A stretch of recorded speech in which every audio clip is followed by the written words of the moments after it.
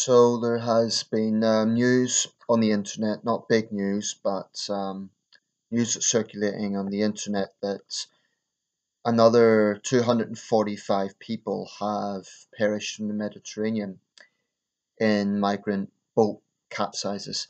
This is from two individual incidents over the last few days, um, and it is one of the worst incidents for some time, but this is happening on such a regular basis that it barely even is news. I mean, this will not make, the 6 o'clock or 7 o'clock news on mainstream TV anymore. It is now being restricted to internet news because it is happening so frequently. What I want to do in this video is not provide any answers to this problem because I honestly don't know. I don't know what the best approach is because I think every approach results in further problems. This is a very, very complex issue, a very difficult issue, and I don't intend to come out with all the answers, but rather just express my thoughts on it. Since 2015, there have been some analysis of this suggests as many as 10,000 people have perished in the Mediterranean. The Mediterranean's becoming a vast grave. It's particularly bad during the summer months when more crossings are attempted. So who are these people? That's one of the biggest questions, of course, with the European migrant crisis. One of the biggest taboo issues is who are legitimate refugees and who are economic migrants. It is important to differentiate because people fleeing war and persecution, obviously there is a different attitude that the public take between them and those who are fleeing those who are taking these risks for economic reasons. Um, Clearly, there are people who are doing this time after time after time again, and it's very difficult to believe that there isn't information being, you know, um, going back to the source countries, i.e., Libya, parts of West Africa, North Africa in particular, also the Middle East, Syria. It's very difficult to believe that people are not hearing about what is happening, that their compatriots are dying en masse in these overcrowded boats. So that indicates to me that people are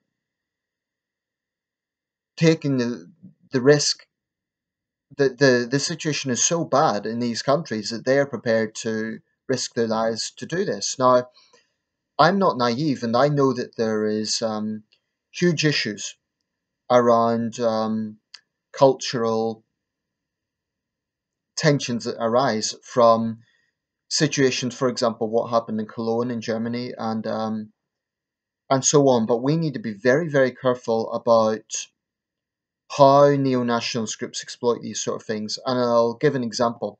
It's recently emerged in Germany that there's been a big investigation into far-right groups who are actually planning terrorist attacks in order to frame it on migrants. Now, clearly Europe has a problem with pan-Islamism. Of that, there is no question.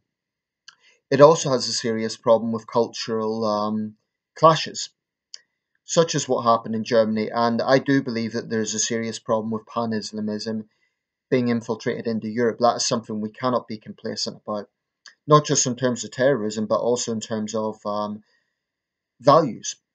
So when you get people coming from conservative Islamic societies who come to Europe and try to demand that beaches be segregated and this sort of thing, they need to be informed that they are in another country now. They cannot impose those sort of standards onto Europe.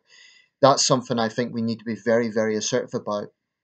I also believe in mandatory cultural classes. Some countries have taken this initiative. I believe it was Denmark, maybe the Netherlands. I think it's a very good initiative. But I don't consider myself a regressive left. I don't consider myself blind to the sort of problems that can arise. But I have to say, looking at some of the comments that neo-nationals come out with, I find it disgusting. I've seen people describe migrants as floating garbage. I mean, to have this sort of mentality toward fellow human beings in desperate situations, it's no matter what your views are on the migration issue, these are people who are dying en masse. Now, that's not the fault of Europe. You know, I think the blame is largely on people traffickers, but there is a lot going on, and you need to be very, very careful. You know, a lot's been said, well, how do we know they're genuine refugees? Okay, but there's also a lot of narratives being put out there that are frankly, people are all too willing to believe. One of them, for example, is that aid agencies are actively working with people traffickers. There's zero evidence for that. So not only is that smearing aid agencies, it's it's putting a narrative on this that is potentially very dangerous. Now, in terms of terrorism, people point to migrants, but in many cases, they themselves are fleeing Islamist terror. Um, I personally know of Iranian refugees who are Christians who are fleeing Islamist persecution in Iran. Now, they didn't come by boat; they came to Britain by lorry. I've had a few conversations with them, and nothing indicates to me that they're bad people. Um, you know, of course, there are problems out there. There are problems with men, like I say, from Islamic conservative societies who think that women in Western societies are fair game, that they're easy, and all the rest of it. So I do believe in extreme vetting, and I believe that Merkel's approach was way, way too. I think it was reckless, letting in so many people at once. But the fact of the matter is that as Europeans, we need to work together on this, and we need to find some sort of consensus. I mean, at the moment, Italy is really bearing the brunt. So is to a lesser extent Malta and Greece, but Italy in particular. There is no easy answers to how to deal with this problem because if someone really is fleeing a hellhole that is basically a failed state that is among some of the most oppressive regimes on earth, Eritrea is one of the worst examples, but there's others. If you were in that position, say for example you were gay and you were living in a country that basically felt it was okay to kill gay people, are you honestly telling me you would not try to flee? So these neo-nationalist types that come out with extremely vitriolic comments, they act like they wouldn't be doing the same thing in the same position. They would. Any human being would do this. So whatever else we have, this dehumanization of migrants, I find it makes me sick to be honest. And you don't have to be really ultra liberal to see that. You don't have to be like, oh, let them all in. I'm not of that opinion, actually. I do believe in strong vetting. But what concerns me is that because so many people have died and because this is becoming the norm, there is a desensitization, and a lot of people are becoming just callous. Now, I understand arguments for trying to set up a deterrent to stop people coming to Europe. I totally understand that. And there is an argument that by constantly rescuing people in this way, the Italian approach is the exact opposite of the Australian approach. Both systems can be criticised. The way I see it is it doesn't necessarily stop people trying to reach Australia, but there is no easy answers. And whatever your views are on this, at the very least, don't come out with statements like they're human garbage and they're all refugees. That's to smear thousands of people as rapists. I mean, the fact is there are people who are genuinely fleeing war and persecution. Where there are problems with cultural clashes, I think that should be dealt with. But I do not believe that the answer to desperate people is to put up this big brick wall. Now, the Cameron administration in Britain, I think there was some practical steps taken. David Cameron was criticised for not taking more refugees. Well, one of the approaches he took was providing more aid at closer countries. So, for example, Turkey. I think that's quite practical. Turkey, Jordan, give those countries more assistance in terms of dealing with this. I think there should also be a huge amount of scrutiny of why the Gulf states are not helping out more. Having said that, if I was a refugee, I wouldn't necessarily want to go to Saudi Arabia, you know. People say it's their culture. Well, not necessarily. Not if you're a Christian fleeing persecution. Saudi Arabia is one of the last places you would want to go. So, what I would implore to people is stop simplifying this. Stop saying that that every single migrant is one and the same. I do believe in strong vetting. I do believe that we should take a hard line against economic migrants.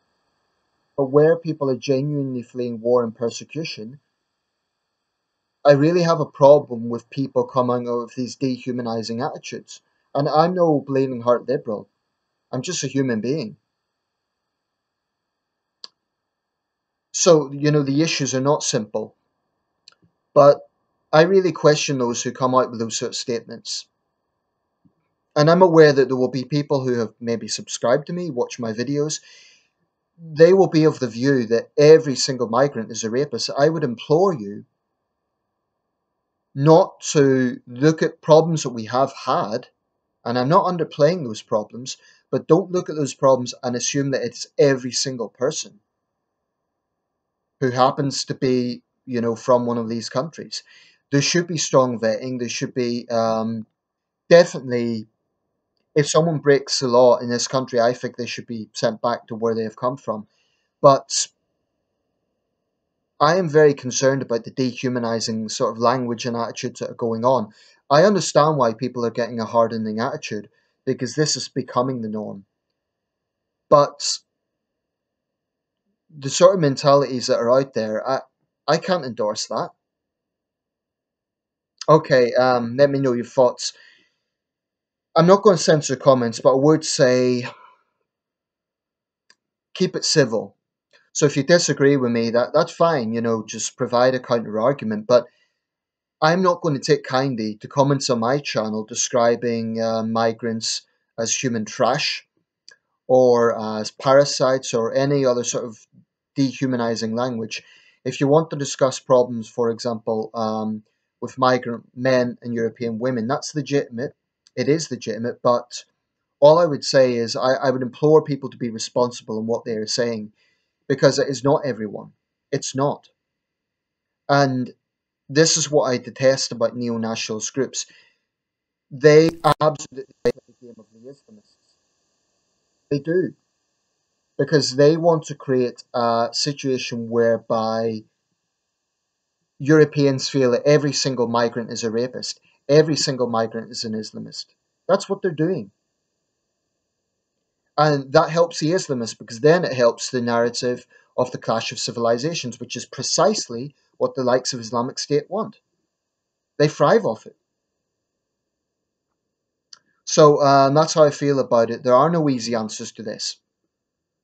Um, Definitely, I think there should be very, very hard line punishments against people traffickers. It's one of the most evil crimes, as far as I'm concerned.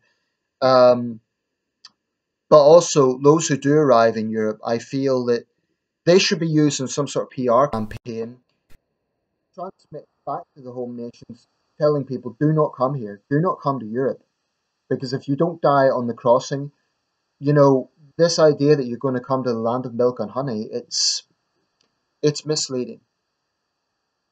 So I think there's a lot to discuss with this, but another 400, 235 people, 245 people. The Mediterranean is becoming one vast grave.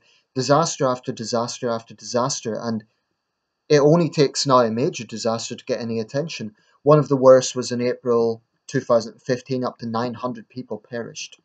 I mean, the Mediterranean's becoming a graveyard.